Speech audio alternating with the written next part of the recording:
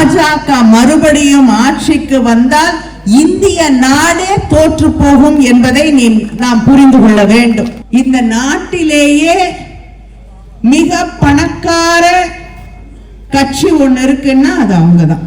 உங்கள் உழைப்பை மதிக்கக்கூடிய, உங்க உழைப்புக்கு கை தட்டக்கூடிய, அங்கீகாரம் தரக்கூடிய வகையிலே கலைஞர் உரிமை தொகையை கிட்டத்தட்ட தமிழ்நாட்டில் 1,15,00,000 பெண்களுக்கு வழங்கி இருக்கக்கூடிய ஆட்சி நம்முடைய முதலமைச்சர் அவர்களுடைய ஆட்சி, திராவிட முன்னேற்ற கழகத்தின் ஆட்சி. அதே போல சகோதரிகளுக்கு நகர்ப்புறங்களிலே இருக்கக்கூடிய பேருந்துகளிலே பயணத்திற்கு கட்டணம் கிடையாது. அது விடியல் பயணம்.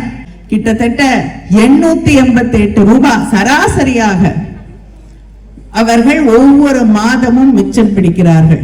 திராவிட முன்னேற்ற கழகம் நமக்கான உரிமைகளுக்காக தொடர்ந்து பாடுபட, பெண்களாக இருக்கட்டும், தலித் மக்களாக இருக்கட்டும், பிற்படுத்தப்பட்ட மக்களாக இருக்கட்டும், ஒடுக்கப்பட்டவர்களாக இருக்கட்டும், அவர்களுடைய குரலாக ஒலித்துக் கொண்டிருக்கக்கூடிய இயக்கம்தான் திராவிட முன்னேற்ற கழகம். நம்ம வீட்டு பிள்ளைங்களுக்கு வேலை வாய்ப்பை, வேலை கிடைக்கல, பிரதமர் கிட்ட, ஆளுங்கட்சியில இருக்கக்கூடிய டெல்லியில இருக்கவங்க கிட்ட கேட்டா பக்கோடா போடுங்கிறாங்க.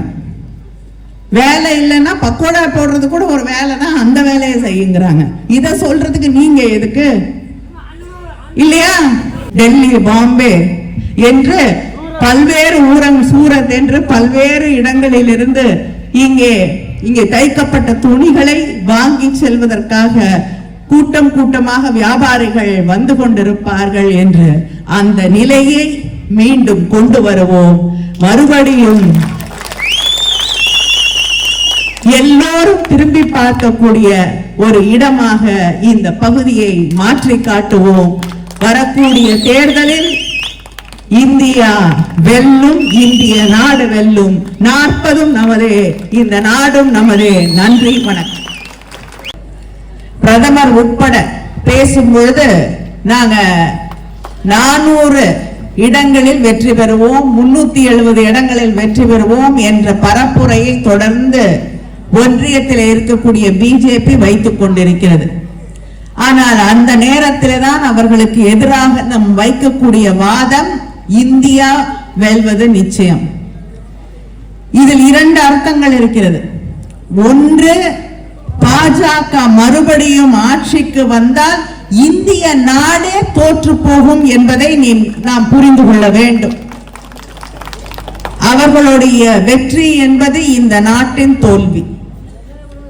இன்னொன்று, நம்முடைய கூட்டணியாக இருக்கக்கூடிய இந்தியா என்ற அந்த கூட்டணி வெல்ல வேண்டும். கர்நாடகாவிலே பிஜேபி தூக்கி எறியப்படும் என்ற அந்த நிலை வரும் என்பதை எத்தனை பேர் எதிர்பார்த்தோம்? கேரளாவிலே அவர்கள் இருக்கிறார்களா இல்லையா என்று தெரியாத ஒரு நிலையிலே இருக்கிறார்கள்.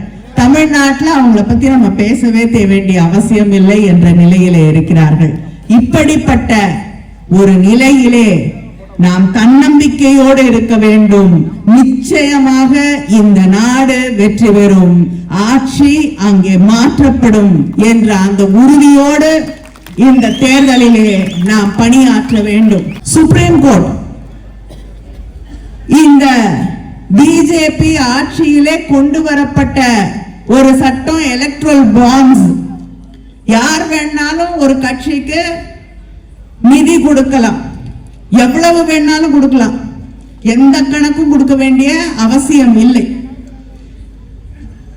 ஆட்சிக்கு வந்த பிறகு அவர்கள் இந்த எலக்ட்ரல் பாண்ட்ஸ் கொண்டு வந்த பிறகு 2018 அவங்களுக்கு வந்த எலக்ட்ரல் பாண்ட்ஸ் 210 கோடி, 2019 1450 கோடி, 20 2505 கோடி, 22 1033 கோடி, 23 பிஜேபிக்கு வந்த பணம் 1294 கோடி, மொத்தம் 6564 கோடி. எங்கிருந்து வந்ததுன்னு தெரியாது, யார் கொடுத்ததுன்னு தெரியாது. ஆனா இந்த நாட்டிலேயே மிக பணக்கார கட்சி ஒண்ணு இருக்குன்னா அது அவங்கதான். அதாவது அவங்க யாரோட பழகி கொண்டிருக்கிறார்களோ, அதானி, அம்பானி, அடுத்தது பிஜேபி அப்படின்னு சொல்லக்கூடிய அளவிற்கு நிதியை சேர்த்து வைத்துக் கொண்டிருக்கக்கூடியவர்களை இன்று உச்ச நீதிமன்றம் அவர்கள் கொண்டு வந்த சட்டம் செல்லாது, தவறானது என்று சுட்டிக்காட்டி இருக்கிறது. அதனால மாற்ற முடியாதது என்று எதுவும் இல்லை.